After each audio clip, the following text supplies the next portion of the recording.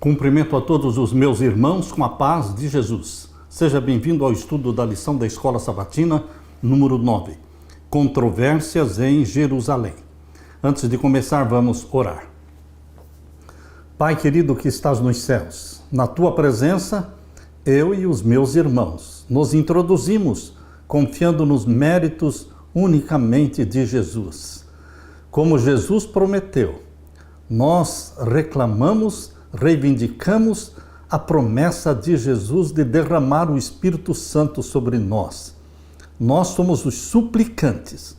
O Senhor é a fonte da bênção e do poder. Usa-nos agora neste momento, abençoa-nos no estudo da Tua Palavra, em nome de Jesus. Amém, Senhor. Controvérsias em Jerusalém. O verso áureo: e quando estiverem orando, se tiverem alguma coisa contra alguém, perdoem, para que o Pai de vocês que está nos céus perdoe as ofensas de vocês. Marcos 11, 25. Jesus foi muito claro ao falar que nós não seremos aceitos diante de Deus se não perdoarmos, se não nos reconciliarmos. A reconciliação com o cônjuge, marido e esposa, a reconciliação com filhos, a reconciliação com irmãos da igreja. É necessário a reconciliação. O que precisa ser consertado, tem que ser consertado. Se temos que pedir perdão, peçamos o perdão, porque Deus está dizendo aqui, se estiverem orando e se tiverem alguma coisa contra alguém, perdoem, para que o Pai de vocês que está nos céus perdoe as ofensas de vocês. Jesus foi muito claro ao falar que nós precisamos perdoar para sermos perdoados. Em Marcos capítulo 2 e 3 está registrada uma série de 5 controvérsias entre Jesus e os líderes religiosos. Na lição desta semana, quando Jesus chega à cidade de Jerusalém, ele agora tem uma série de 6 controvérsias com os líderes religiosos. Os 2 conjuntos de controvérsias servem como uma moldura no início e no fim do seu ministério terrestre. Cada conjunto trata de questões importantes da vida cristã. As instruções de Jesus, mesmo nessas situações de discussão, ajudam a orientar os crentes nas questões fundamentais da fé e nas questões práticas da experiência de cada dia. Os líderes religiosos tentavam confrontar, confundir e derrotar Jesus, mas nunca conseguiam. Que triste era a situação dos líderes religiosos, dos líderes da Igreja de Deus no tempo em que Jesus aqui na terra viveu. Os pastores daquele tempo, líderes, eles confrontavam Jesus, eles tentavam confundir, derrotar Jesus e finalmente planejaram matar Jesus. Queridos, nós, líderes da igreja, pastores, anciãos, administradores, nós precisamos pensar 2, 3, 4 vezes, será que nós estamos amando a Jesus, seguindo a Jesus, ou nós estamos buscando fazer nossa própria vontade? Queridos, parte da lição desta semana analisa o que leva as pessoas a se oporem a Deus, colocando seus próprios interesses antes de Deus. Além de considerar o que os cristãos podem fazer para diminuir o preconceito e falar ao coração daqueles que resistem ao chamado do Espírito Santo. Em Marcos capítulo 11, o ministério de Jesus se desenvolve na cidade de Jerusalém. Quando ele vai para a Páscoa, meses de março e abril, os capítulos 11 e 16 de Marcos cobrem pouco mais de uma semana.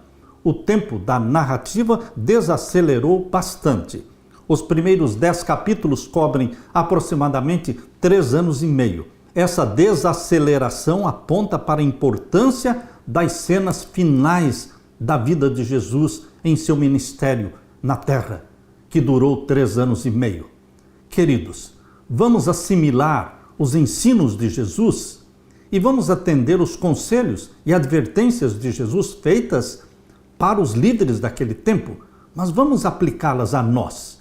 Vamos ler o Evangelho de Marcos como Jesus dirigindo-se a nós. Que Deus tenha misericórdia de nós. Que Jesus Cristo derrame o Espírito Santo sobre você e sobre mim. Aleluia.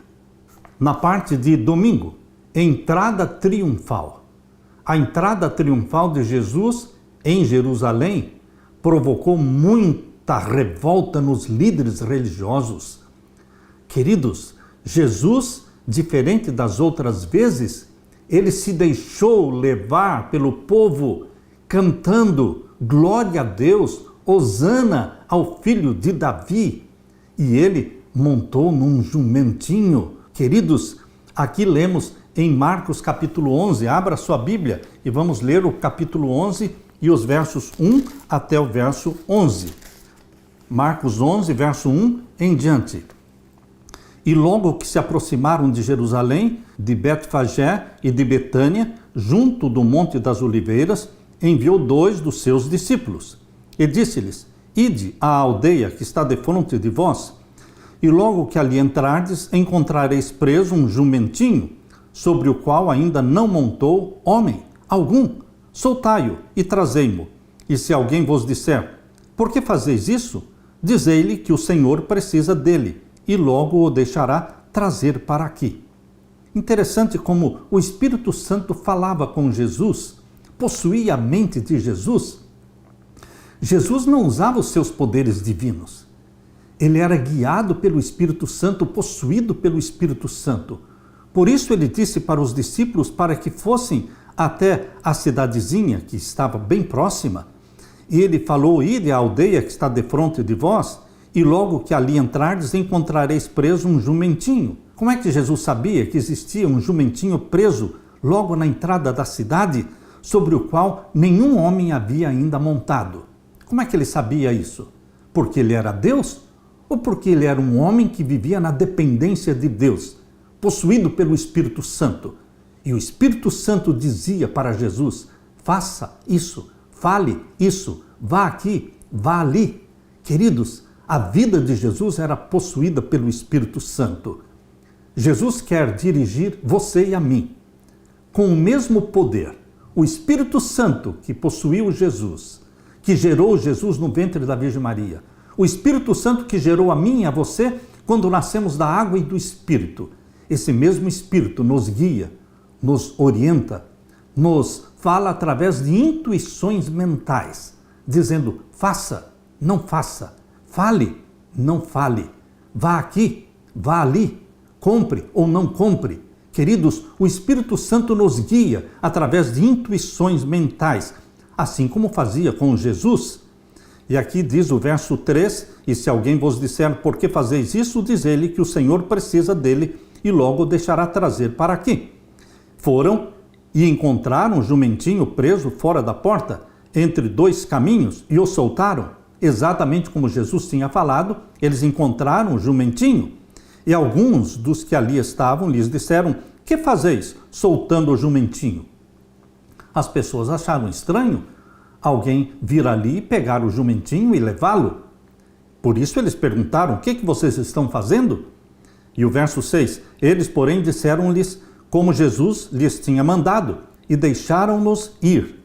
E levaram o jumentinho a Jesus, e lançaram sobre ele os seus vestidos, e assentou-se sobre ele. Interessante que Jesus Cristo, que pedia para que aqueles que eram curados, aqueles que tinham recebido os milagres, não dissessem para ninguém. Ele tentava não divulgar aquilo que ele estava fazendo. Mas agora, neste momento, aproximava-se o momento final da vida de Jesus na terra. Os últimos capítulos da vida de Jesus, ele se aproximava da cruz. Ele sabia que ele seria condenado. Ele sabia que seria morto na cruz. Ele sabia. Por quê? Porque ele lia as Escrituras. Ele conhecia muito bem Isaías capítulo 53, onde diz que ele seria desprezado, seria maltratado e seria colocado no meio dos ímpios, ou seja, de 2 ladrões. Queridos, Jesus Cristo conhecia a história da sua vida, da paixão de Cristo, da sua morte na cruz, antes de tudo isso acontecer. porque ele conhecia as profecias, ele conhecia o tempo da sua morte, porque ele entendia a profecia das 70 semanas de Daniel capítulo 9. Ele sabia que no ano em que ele foi batizado, o ano 27, começou então a última das 70 semanas. E durante os 3 primeiros anos desta última semana, Jesus sabia que era o seu ministério, era todo o seu ministério na terra, 3 anos e meio, e então ele seria crucificado. Queridos, mesmo assim, Jesus não desistiu de você e de mim. Ele veio com a missão de morrer por você e por mim, para resgatar a família humana, para reconquistar o território possuído, usurpado, melhor falando, usurpado por Satanás. E Jesus Cristo foi vitorioso. Aleluia! Verso 8: E muitos estendiam seus vestidos pelo caminho, e outros cortavam ramos das árvores e os espalhavam pelo caminho. Exatamente como a profecia de Zacarias, capítulo 9. Abra sua Bíblia em Zacarias, capítulo 9 e o verso 9. Aqui temos a profecia que se cumpriu quando Jesus entrou na cidade de Jerusalém montado num jumentinho. Zacarias 9:9: Alegra-te muito, ó filha de Sião, exulta, ó filha de Jerusalém, eis que o teu rei virá a ti, justo e salvador, pobre e montado sobre um jumento, sobre um asninho, filho de jumenta. Esta profecia, feita cerca de 400 anos antes de Cristo nascer, se cumpriu quando Jesus pediu para que os discípulos fossem buscar este jumentinho e o trouxessem para que ele pudesse entrar na cidade de Jerusalém montado no jumentinho. E muitos estendiam seus vestidos pelo caminho e outros cortavam ramos das árvores e os espalhavam pelo caminho. Os discípulos estavam eufóricos. A multidão gritava e aqueles que iam adiante e os que seguiam clamavam, dizendo: Hosana, bendito o que vem em nome do Senhor. Euforia, alegria. Os apóstolos pensaram: agora sim, Jesus Cristo será entronizado. Eles sonhavam com o reino da glória do Messias. Eles não entendiam a profecia do Messias sofredor, do Messias que seria rejeitado, que seria morto. Eles não entendiam esta parte. Eles só pensavam no reino de glória do Messias, que os libertaria do jugo romano. Queridos, nós precisamos entender as profecias. Aqui diz, capítulo 11, verso 10, eles todos gritavam: bendito o reino do nosso pai Davi, que vem em nome do Senhor, hosana nas alturas. E Jesus entrou em Jerusalém, no templo, e tendo visto tudo em redor, como fosse já tarde, saiu para Betânia com os 12. Não aconteceu o que os apóstolos esperavam. Não aconteceu o que a multidão esperava, que Jesus fosse entronizado. 500 anos antes do nascimento de Cristo, o profeta Zacarias predisse a vinda do rei. Agora, essa profecia se cumpria. Aquele que por tanto tempo havia recusado honras reais estava indo a Jerusalém como o prometido herdeiro do trono de Davi. Jesus é o verdadeiro herdeiro do trono de Davi. Jerusalém está localizada numa região montanhosa a uma altitude de 740 metros. Na época de Jesus, a sua população talvez fosse cerca de 40 mil a 50 mil habitantes, mas esse número aumentava no tempo da Páscoa. A cidade cobria apenas cerca de 1 quilômetro quadrado, enquanto o monte do templo cobria cerca de 150 metros quadrados. O belo complexo do templo dominava a cidade. Jesus veio do leste e desceu o Monte das Oliveiras, talvez entrando pela Porta Dourada no monte do templo, que atualmente está fechada com tijolos. Muitos ficaram em comoção, notando a relevância da sua ação. A multidão gritava Hosana, que quer dizer louvado seja Deus. Antes Jesus havia pedido que guardassem segredo, mas agora ele entrou abertamente em Jerusalém numa ação simbólica ligada à realeza. Foi ao templo, mas sendo tarde, olhou em volta e foi para Betânia.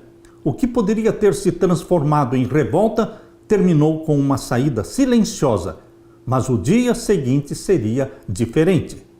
Queridos, sentar-se em um jumentinho transmite a ideia de humildade. E o Messias, o Rei dos Reis, ele é caracterizado pela sua humildade. Por isso ele entrou montado num jumentinho. Por que essa é uma característica importante dos cristãos? Você é humilde? Ou você se orgulha da sua humildade? Muitos se orgulham da humildade. Não são humildes. Jesus Cristo quer revestir você da mansidão e da humildade dele. Por isso ele disse: vinde a mim, vós cansados e oprimidos, eu vos aliviarei. Aprendei de mim, que sou manso e humilde. Aprendamos de Jesus, que é manso e humilde, e encontraremos descanso para a nossa alma. Aleluia! Na parte de segunda-feira, uma árvore amaldiçoada e um templo purificado. Qual é o significado dos eventos relatados aqui em Marcos 11 e os versos 12 a 26? Leia comigo. E no dia seguinte, quando saíram de Betânia, teve fome. Jesus tinha fome, Jesus tinha sede, Jesus se cansava, Jesus tinha que dormir para recuperar as energias. Jesus, quando nasceu da Virgem Maria, gerado pelo Espírito Santo, ele nasceu santo. Como Lucas capítulo 1, verso 35 diz: o santo que de ti há de nascer será chamado Filho de Deus. Mas, fisicamente, Jesus recebeu uma natureza física que estava já degenerada por 4.000 anos de pecado. Diferente de Adão no Jardim do Éden, que não sentia fome, não sentia cansaço, não sentia dor, Jesus sentia tudo isso, exatamente como você e eu sentimos: fome, cansaço, sede. Temos que dormir, mas não podemos esquecer que moralmente, espiritualmente, Jesus era santo, assim como Adão lá no Jardim do Éden. Jesus nasceu santo, porque não nasceu de um pai humano. Ele foi gerado pelo Espírito Santo. Mas fisicamente, ele sentia as necessidades físicas e as dores como você e eu sentimos. E vendo, diz o verso 13, e vendo de longe uma figueira que tinha folhas, foi ver se nela acharia alguma coisa. E chegando a ela, não achou senão folhas, porque não era tempo de figos. E Jesus falando, disse à figueira: nunca mais coma alguém fruto de ti. E os seus discípulos ouviram isto. E vieram a Jerusalém, e Jesus, entrando no templo, começou a expulsar os que vendiam e compravam no templo, e derribou as mesas dos cambiadores e as cadeiras dos que vendiam pombas. O povo judeu transformou, na realidade, os sacerdotes. Os líderes religiosos transformaram o templo num mercado, num comércio. Eles vendiam ali os animais que deveriam ser sacrificados e eles só aceitavam na transação comercial a moeda do templo. Então todos que vinham até ali para comprar os animais tinham que usar a moeda do templo. Então eles teriam que fazer um câmbio. Então os sacerdotes ganhavam na venda dos animais e os sacerdotes ganhavam também no câmbio, na troca da moeda. Queridos, tudo era comércio, tudo era por interesse financeiro. Os sacerdotes tinham perdido as lições espirituais da Páscoa. Os sacerdotes tinham perdido a visão do que significava o Cordeiro Pascal. Eles estavam cegos para as lições espirituais. Por isso, quando Jesus viu aquele comércio, aquele barulho de animais, aquele barulho de moedas, aqueles gritos, vendendo, comprando, ele ficou indignado. E aqui diz o verso 15, e vieram a Jerusalém, e Jesus, entrando no templo, começou a expulsar os que vendiam e compravam no templo, e derribou as mesas dos cambiadores e as cadeiras dos que vendiam pombas, e não consentia que alguém levasse algum vaso pelo templo. Jesus usou da sua autoridade. Quando você lê o livro Desejado de Todas as Nações, Ellen White comenta de que neste momento em que ele expulsou os mercadores do templo, a divindade irradiou através da humanidade. Quando você lê o livro Desejado de Todas as Nações, você percebe 12 ocasiões, 12 vezes em que a divindade de Jesus irradiou através da sua humanidade. O Monte da Transfiguração foi uma ocasião. Quando Jesus expulsou os mercadores, os comerciantes do templo, foi outra ocasião. Queridos, a divindade de Jesus irradiava. Jesus era 100% Deus, 100% homem. Porém, ele nunca usou os seus poderes divinos para facilitar o trabalho, para diminuir-lhe a fome ou a dor. Jesus Cristo vivia como homem, na dependência de Deus. Ele é o nosso exemplo. E aqui diz o verso 17, e os ensinava dizendo, não está escrito, a minha casa será chamada por todas as nações casa de oração? Mas vós a tendes feito covil de ladrões? Isso aqui não é um linguajar simbólico. Literalmente, eles transformaram a casa de Deus num covil de ladrões. Isso deixou Jesus indignado, a santa indignação. E o verso 18, e os escribas e príncipes dos sacerdotes, tendo ouvido isto, buscavam ocasião para o matar, pois eles o temiam, porque toda a multidão estava admirada acerca da sua doutrina. Quem, a Bíblia diz, procurava e planejava matar Jesus? Os líderes, os escribas, os príncipes dos sacerdotes. Queridos, é possível você imaginar pastores, líderes, aqueles que eram ungidos para fazer o santo trabalho, o santo serviço, planejando matar Jesus Cristo, porque não concordavam com as palavras, com os ensinamentos de Jesus, porque não aceitavam a santidade refletida no rosto de Jesus, na vida de Jesus, eles estavam planejando matar Jesus. Queridos, Jesus poderia esperar isso dos pagãos, dos romanos, mas ele recebeu esta fria resposta do seu próprio povo. Por isso João, abra sua Bíblia, o Evangelho de João, capítulo 1. O Evangelho de João, capítulo 1, verso 10, diz assim, estava no mundo, e o mundo foi feito por ele, e o mundo não o conheceu. Veio para o que era seu, e os seus não o receberam. Não foi reconhecido como Messias. Não foi reconhecido como Cordeiro de Deus que tira o pecado do mundo. Os líderes religiosos estavam cegos. Assim aconteceu na primeira vinda de Cristo. E agora, que estamos a poucos passos da segunda vinda de Jesus, será que os líderes religiosos, nós pastores, nós administradores, será que nós também estamos cegos? Lembre-se, a história costuma se repetir. Mas não permita que esta história se repita com você, meu querido irmão. Confesse os pecados, busque o batismo do Espírito Santo, o discernimento espiritual. E aqui em Marcos capítulo 11, e o verso 19 diz, e sendo já tarde, saiu para fora da cidade. E eles, passando pela manhã, viram que a figueira se tinha secado desde as raízes. E Pedro, lembrando-se, disse-lhe, mestre, eis que a figueira que tu amaldiçoaste se secou. E Jesus respondendo disse-lhe, tende fé em Deus, porque em verdade vos digo que qualquer que disser a este monte, ergue-te e lança-te no mar, e não duvidar em seu coração, mas crer que se fará aquilo que diz, tudo o que disser lhe será feito. Por que a figueira secou? Porque ela não tinha frutos? Ou porque ela aparentava ter frutos e não tinha frutos? Queridos, Deus condena as aparências falsas.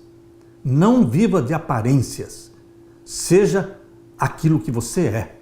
Confesse os seus pecados. Aquela figueira tinha uma aparência cheia de folhas que aparentava ter frutos, mas não possuía frutos. Nós precisamos reconhecer nossa pecaminosidade. Não podemos aparentar santidade. Nós temos que buscar, de fato, a santidade que vem de Jesus. Nós precisamos diariamente pedir que Jesus escreva na nossa testa santidade ao Senhor. Dá-nos da tua santidade, Jesus, e ajuda-nos, batizando-nos com o Espírito Santo, para que produzamos frutos para a honra e glória de Deus. Jesus disse para Pedro: mas aquele que crer que se fará aquilo que diz, tudo o que disser lhe será feito. É o crer naquilo que a boca de Deus falou. Por isso vos digo que tudo o que pedirdes, orando, crede que o recebereis e tê-lo-eis. É o crer naquilo que pedimos e pedirmos segundo o coração de Deus, pedirmos aquilo que Jesus quer dar. O que Jesus quer dar? É o perdão. O que mais? O batismo do Espírito Santo? O que mais? Guiar a nossa vida? Queridos, Jesus Cristo está disposto a nos dar as bênçãos espirituais. E o verso 25, e quando estiverdes orando, perdoai se tendes alguma coisa contra alguém, para que vosso Pai que está nos céus vos perdoe as vossas ofensas. Porque perdoando que se é perdoado. Se você nega o perdão para alguém, você também não receberá o perdão de Deus. Mas se vós não perdoardes, também vosso Pai que está nos céus vos não perdoará as vossas ofensas. Meu querido irmão, minha querida irmã, que lindos ensinamentos de Jesus relatados aqui em Marcos capítulo 11 e os versos 12 até o verso 26. Que coisas em sua vida você precisa que Jesus purifique? Jesus purificou o templo, mas o nosso corpo também é o templo. A Bíblia diz na primeira carta aos Coríntios, capítulo 3 e o verso 16, abra sua Bíblia, leia comigo. Não sabeis vós que sois o templo de Deus e que o Espírito de Deus habita em vós? Se alguém destruir o templo de Deus, Deus o destruirá, porque o templo de Deus que sois vós é santo. Você é o templo de Deus. O Espírito Santo habita em você, meu querido irmão.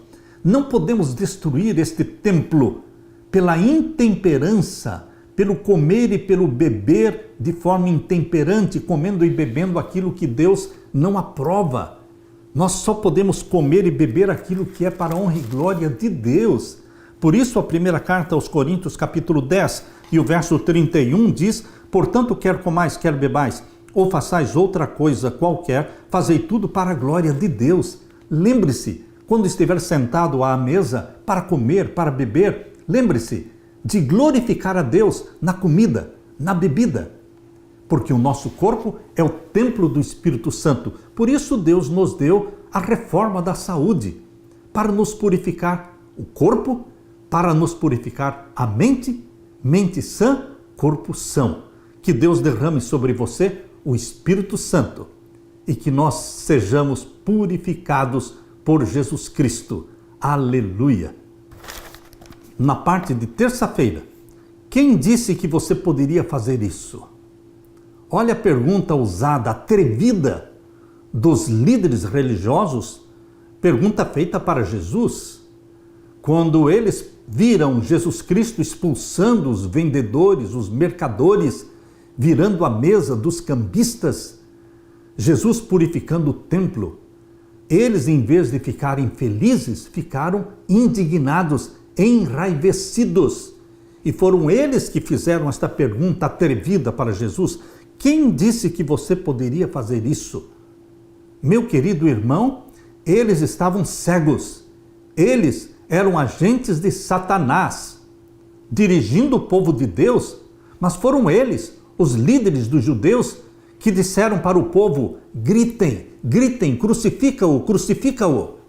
Foi por instigação dos líderes religiosos que o povo gritou: crucifica-o, crucifica-o, e o seu sangue caia sobre nós e a cabeça dos nossos filhos. Queridos, nós como líderes de Deus, na igreja de Deus, temos uma influência que pode ser uma influência satânica ou uma influência divina. Nós poderemos ser um cheiro de vida para a vida ou nós poderemos ser um cheiro de morte para a morte. Qual é o tipo de influência que você exerce? Você é usado pelo Espírito Santo ou você é usado por Satanás? Abra sua Bíblia e vamos ler Marcos 11, versos 27 até o verso 33. Leia comigo. E tornaram a Jerusalém, e andando ele no templo, os principais dos sacerdotes e os escribas e os anciãos se aproximaram dele. Era o dia seguinte. No dia anterior, Jesus tinha feito a purificação do templo, expulsado os vendedores e os mercadores, e agora os sacerdotes, os líderes, queriam saber com que autoridade ou por quê. Quem mandou ele fazer aquilo? Por isso, Jesus, andando pelo templo, os principais dos sacerdotes e os escribas e os anciãos se aproximaram dele, mas não queriam ouvir de Jesus a verdade. Eles queriam prendê-lo, eles queriam matá-lo. Verso 28, e lhe disseram: com que autoridade fazes tu estas coisas? Ou quem te deu tal autoridade para fazer estas coisas? Eles queriam uma resposta que pudesse culpar Jesus, condenar Jesus. Verso 29, mas Jesus respondendo disse-lhes: também eu vos perguntarei uma coisa, e respondei-me, e então vos direi com que autoridade faço estas coisas. Então Jesus perguntou: o batismo de João era do céu ou dos homens? Respondei-me. E eles arrazoavam entre si, dizendo: se dissermos do céu, ele nos dirá: então por que o não crestes? E se porém dissermos dos homens, tememos o povo, porque todos sustentavam que João verdadeiramente era profeta. Verso 33, e respondendo disseram a Jesus: não sabemos. Também eram mentirosos, porque eles sabiam. Eles tinham rejeitado João Batista. Eles tinham rejeitado João Batista. Eles sabiam que João Batista era de Deus, mas ele foi morto e eles ficaram felizes com a morte de João Batista. Mas eles responderam a Jesus: não sabemos. Mentirosos. E Jesus lhes replicou: também eu vos não direi com que autoridade faço estas coisas. No dia seguinte, quando Jesus Cristo voltou ao templo, os líderes confrontaram Jesus no mesmo lugar, perguntando com que autoridade ele tinha agido no dia anterior. Eles não buscavam a verdade, eles não queriam saber da verdade, mas queriam prender Jesus. Se ele admitisse que sua autoridade vinha de Deus, eles diriam que um simples carpinteiro, como ele era conhecido, carpinteiro de Nazaré, não tinha aquela autoridade. Entretanto, se dissesse que sua autoridade era humana, eles o rejeitariam considerando-o como um tolo.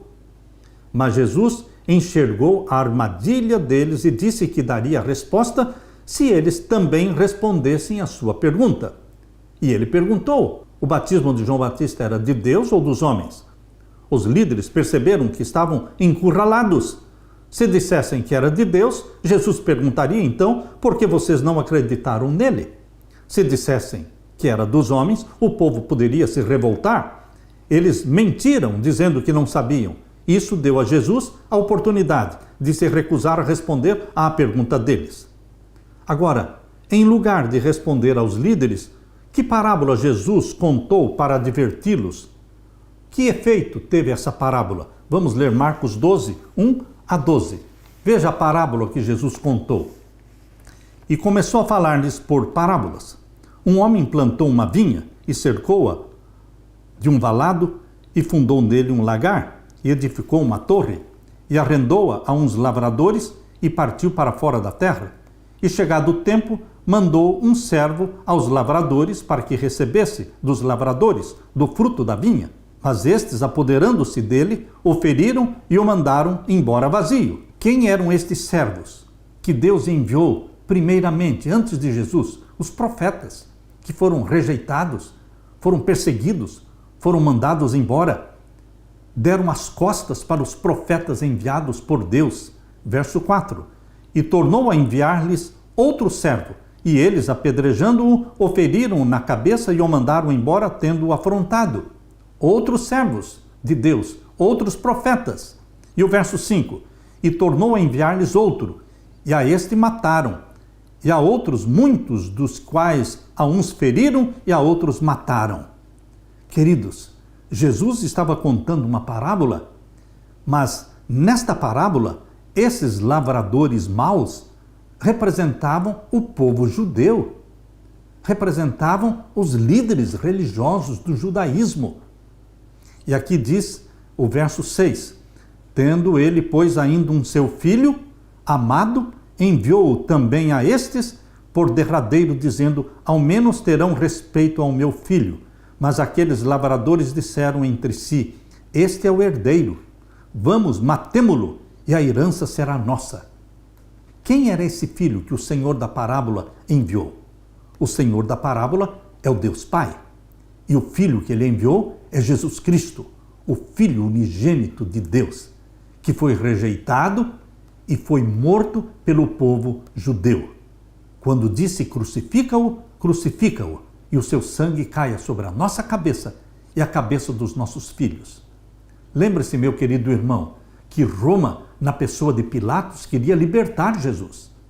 Não acho nele crime algum, dizia Pilatos, mas o povo de Deus, entre aspas, aqueles que pensavam ser ungidos pelo Espírito Santo, aqueles que pensavam que eram filhos verdadeiros de Deus, do Pai Celeste, eles gritaram, crucifica-o, crucifica-o, mataram o filho.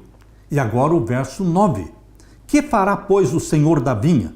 Virá e destruirá os lavradores e dará a vinha a outros.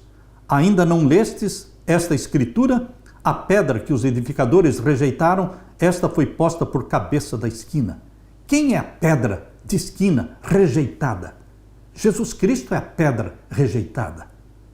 Todo aquele que cai sobre esta pedra se converte e é salvo. Mas aquele sobre quem a pedra cai será esmagado e destruído.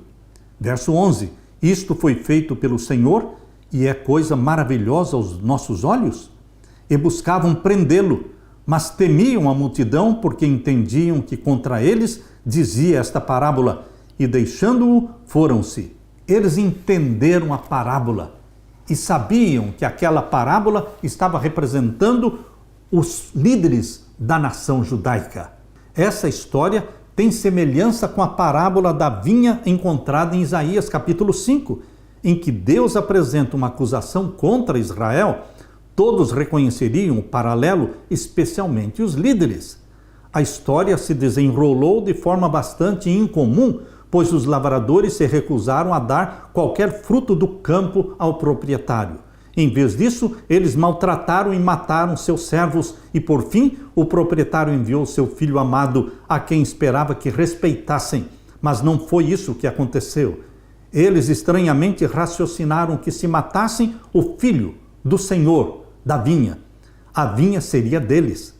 Olhando desta forma, a parábola contada por Jesus foi uma advertência de amor, para que alguns se arrependessem e se convertessem. Mas não foi o que aconteceu.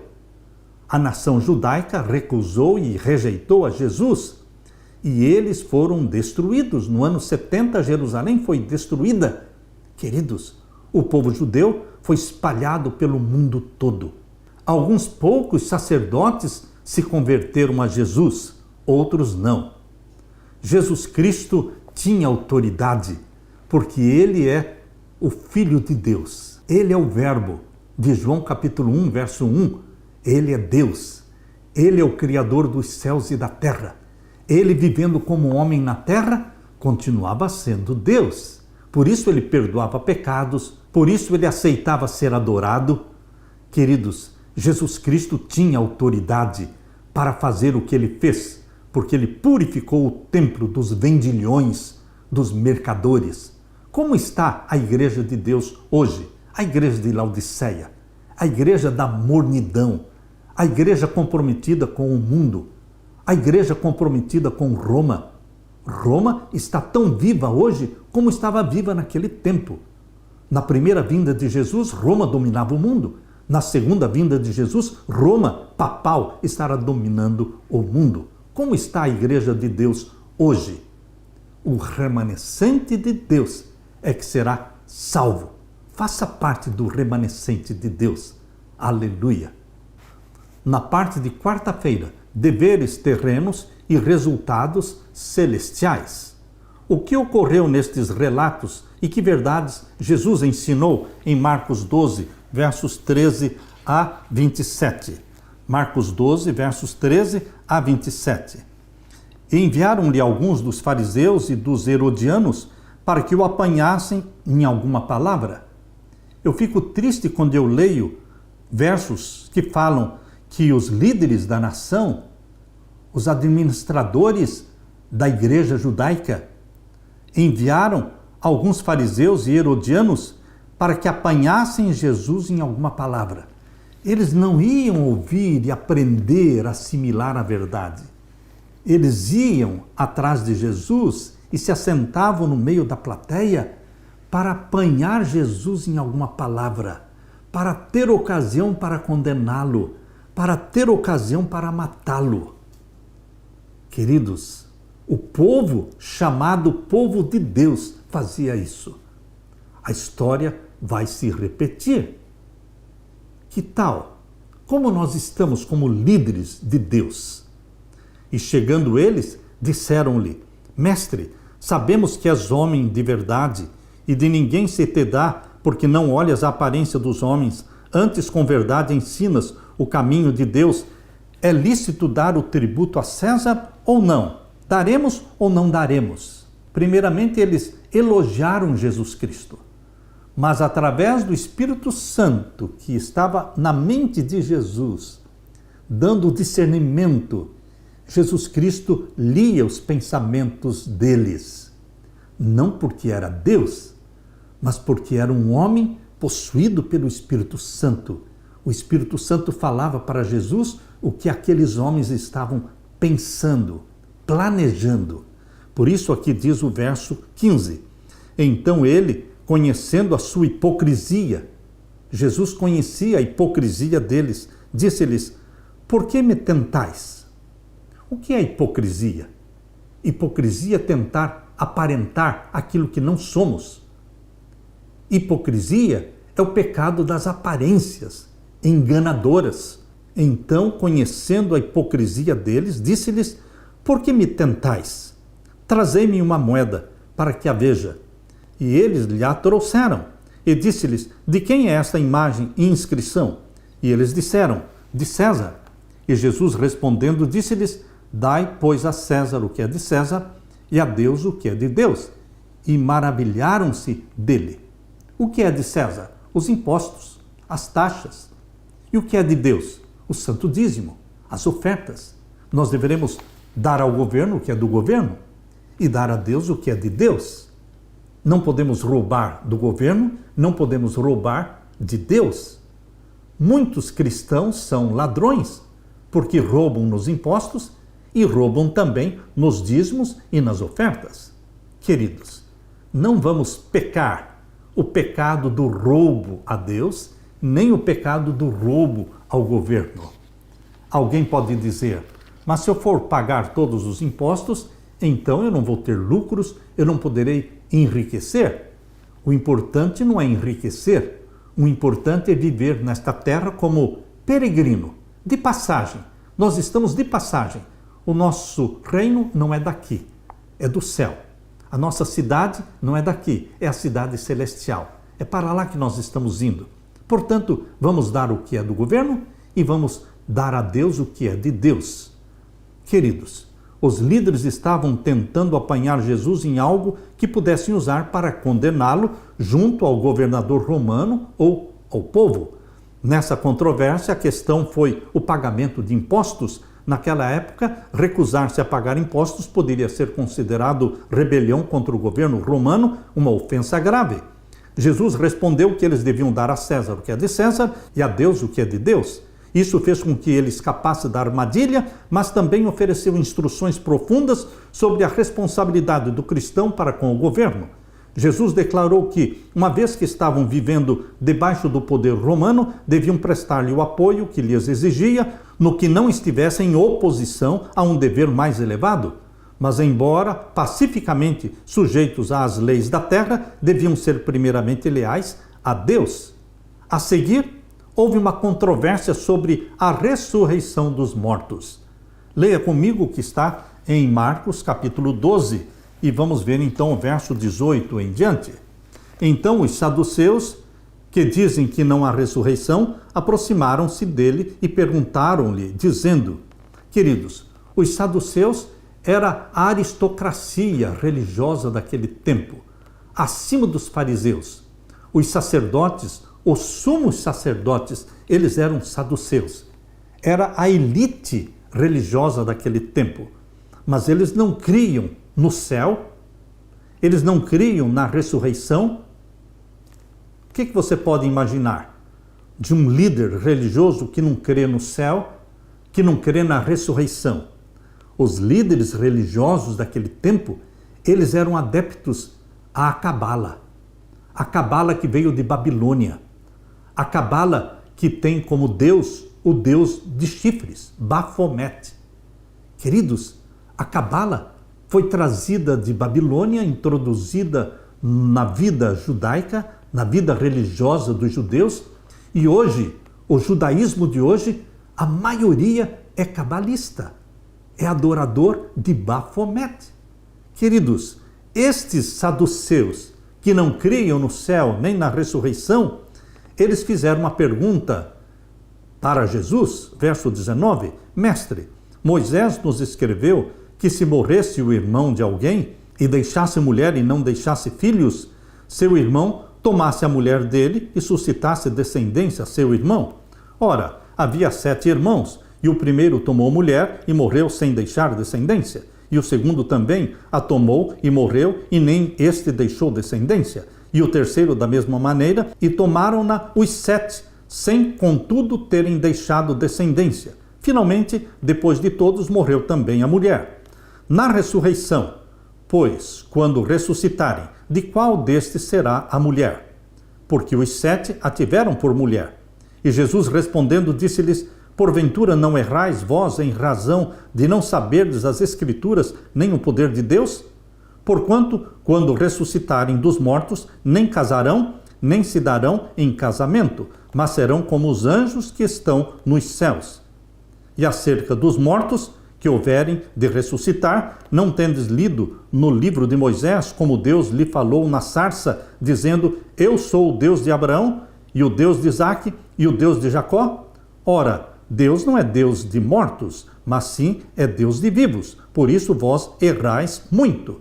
Eles não criam na ressurreição, mas Jesus está dizendo que existe ressurreição, porque Ele é o Deus de Abraão, de Isaque e de Jacó. Mas eles morreram, mas eles serão ressuscitados, porque Deus não é Deus de mortos, mas de vivos.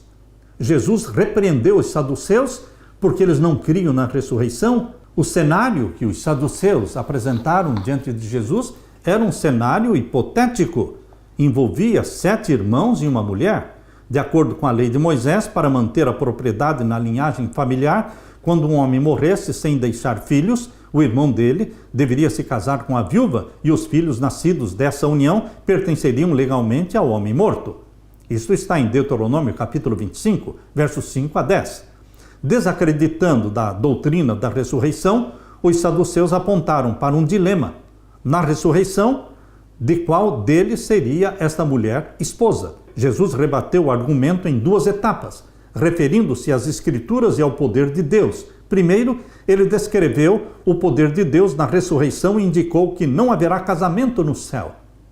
Não haverá casamento no céu. Palavras de Jesus. Ali no céu não haverá nascimento de crianças. Nem no céu, nem na nova terra nos casaremos. Eu saberei quem é a minha esposa, eu saberei quem são os meus filhos, mas nós não vamos reproduzir filhos. Queridos, as crianças que forem para o céu, chegarão lá crianças, mas vão crescer ao longo dos 1000 anos.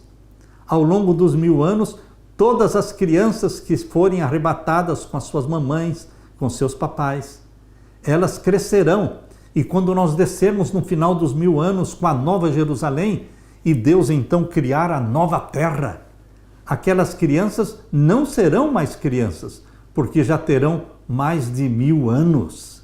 Queridos, por isso que Jesus disse, é importante entendermos que no céu e na nova terra não casaremos, nem seremos dados em casamento, porque nós seremos como os anjos, disse Jesus. Não seremos anjos. Anjo é anjo, ser humano é ser humano. Nós não precisamos entrar na discussão destes detalhes. Há pessoas que ficam muito preocupadas quando pensam que no céu não haverá sexo ou não haverá reprodução de filhos, de crianças. E como vão ser as famílias que estiverem no céu e na nova terra? Queridos, nós não sabemos exatamente como será, mas nós sabemos que Deus está planejando o melhor. Todos seremos muito, muito felizes e nós conheceremos e seremos conhecidos, porque Paulo diz isso na sua primeira carta aos Coríntios, capítulo 13. Em segundo lugar, Jesus defendeu a doutrina da ressurreição, citando Êxodo 3, 1 a 22, em que o Senhor declara que é o Deus de Abraão, Isaque e de Jacó. Isso significa que eles serão ressuscitados, pois o Criador é o Deus de Abraão, Isaque e Jacó, que estão por enquanto mortos, mas serão ressuscitados. Quando Jesus Cristo voltar, meu querido irmão, os mortos em Cristo ressuscitarão primeiro. E nós, os que estivermos vivos, seremos transformados no abrir e fechar de olhos. E transformados, juntamente com os ressuscitados já glorificados, seremos arrebatados para o céu. Isso é o que diz 1 Tessalonicenses 4, versos 16 e 17. E o conselho de Paulo diz: consolai-vos com esta mensagem, porque Jesus Cristo virá nos buscar. Aleluia! Na parte de quinta-feira, o maior mandamento. Jesus Cristo resumiu os 10 mandamentos em 2: amor a Deus e amor ao próximo.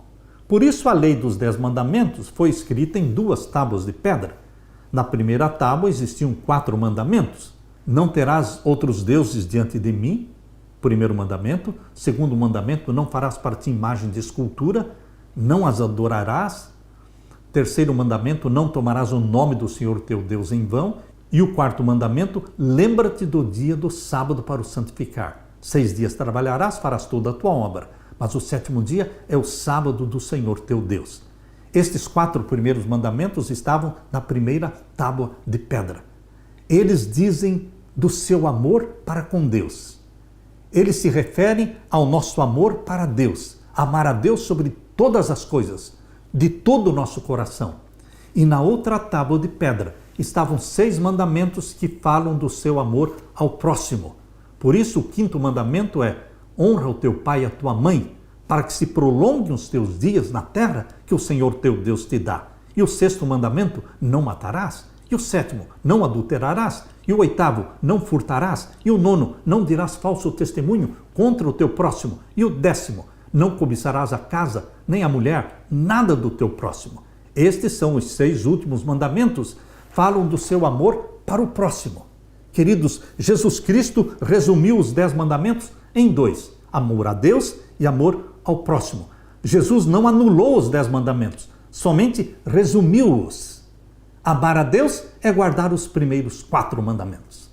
E amar ao próximo é guardar os 6 últimos mandamentos. Abra sua Bíblia em Marcos capítulo 12 e vamos ver então o verso 28 em diante. Aproximou-se dele um dos escribas que os tinha ouvido disputar e, sabendo que lhes tinha respondido bem, perguntou-lhe: qual é o primeiro de todos os mandamentos? E Jesus respondeu-lhe: o primeiro de todos os mandamentos é: ouve, Israel, o Senhor nosso Deus é um único Senhor. Amarás, pois, ao Senhor teu Deus de todo o teu coração e de toda a tua alma e de todo o teu entendimento e de todas as tuas forças. Este é o primeiro mandamento. E o segundo, semelhante a este, é: amarás ao teu próximo como a ti mesmo. Não há outro mandamento maior do que estes. Jesus Cristo resumiu a lei em 2 mandamentos, não em 3. Mas a psicologia moderna criou um 3º mandamento aqui, dizendo: amarás a ti mesmo. E eles ainda dizem, de forma enganosa, que nós não podemos amar o próximo se não nos amarmos.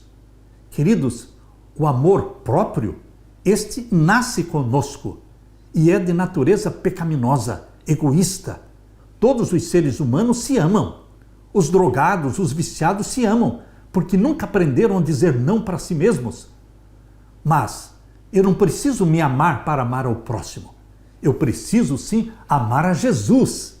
Quem ama a Deus, ama o próximo. Mas quem ama a si mesmo, ele não tem força para amar o próximo, porque ele é egoísta. A religião de Jesus não me manda amar a mim mesmo. A religião de Jesus me manda negar a mim mesmo.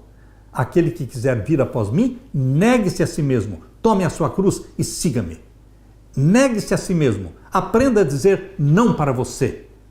Isto é religião de Jesus Cristo. Mas os 2 mandamentos é amar a Deus e amar ao próximo. Meu querido irmão, aqui diz o verso 32. E o escriba lhe disse: muito bem, mestre, e com verdade disseste que há um só Deus e que não há outro além dele, e que amá-lo de todo o coração e de todo o entendimento e de toda a alma e de todas as forças e amar ao próximo como a si mesmo é mais do que todos os holocaustos e sacrifícios. Este escriba era amável, foi amável com Jesus. Jesus viu sinceridade nele. E o verso 34, e Jesus, vendo que havia respondido sabiamente, disse-lhe: não estás longe do reino de Deus. E já ninguém ousava perguntar-lhe mais nada. Jesus também elogiou o escriba por sua resposta honesta, dizendo que ele não estava longe do reino de Deus. Mas não estar muito longe do reino de Deus não significa estar dentro do reino de Deus. O escriba ainda precisava reconhecer que Jesus era o Messias, o Cordeiro de Deus, para tirar o pecado dele. Queridos, nós precisamos reconhecer Jesus como nosso Messias. Por isso, quando Jesus perguntou aos discípulos: quem dizem os homens ser o Filho do Homem? A resposta veio rápida. Alguns dizem que tu és João Batista, outros dizem que tu és Elias, Jeremias ou qualquer um dos profetas. Mas Jesus não se satisfez com a resposta que foi dada. E Jesus então fez a pergunta-chave: e vós, quem dizeis que eu sou? Então eles se calaram. E Pedro respondeu: tu és o Cristo, o Filho do Deus vivo. Meu querido irmão, Jesus exige uma resposta pessoal, sua e minha. Quem é Cristo para você? Aquele escriba não estava longe do reino de Deus, mas também não estava dentro, porque ainda não tinha reconhecido Jesus como seu Messias. Você e eu estamos sendo desafiados para reconhecer Jesus Cristo como o nosso Messias, o Cordeiro de Deus que tira o nosso pecado. Confessemos a Jesus todos os pecados. Pecados em palavras, em ações, em pensamentos, em intenções. Vamos confessar. E lembre que Jesus Cristo quer dar para você a vitória sobre o pecado. E lembre também que o pecado é um ato voluntário da alma. Você decide pecar, mas Jesus espera que você decida não pecar, porque os que são guiados pelo Espírito Santo não vivem no pecado, vivem no amor, na obediência, no serviço a Deus, na comunhão com Jesus Cristo. Que o Espírito Santo gere em você o fruto do Espírito Santo, o amor, a bondade, a longanimidade, a temperança, o domínio próprio, a fidelidade. Que Jesus Cristo dê para você o dom, o maior dom que Ele prometeu depois da sua morte, depois da sua ascensão, depois que Ele foi entronizado no céu. Ele prometeu o maior dom, o batismo do Espírito Santo. É isso que você e eu precisamos. Aleluia! Deixe-me orar com você. Pai querido que estás nos céus, em nome de Jesus Cristo, queremos confessar que Jesus Cristo é o Messias, não só do mundo, mas é o meu Messias, é o nosso Messias. Por isso, Jesus Cristo derrama sobre nós o Espírito Santo, este dom que o Senhor prometeu, que o Espírito Santo habite neste templo, que sejamos templos do Espírito Santo. É em nome de Jesus que pedimos e agradecemos. Amém e amém. Deixo com você, meu irmão, minha irmã, a paz de Jesus. Amém.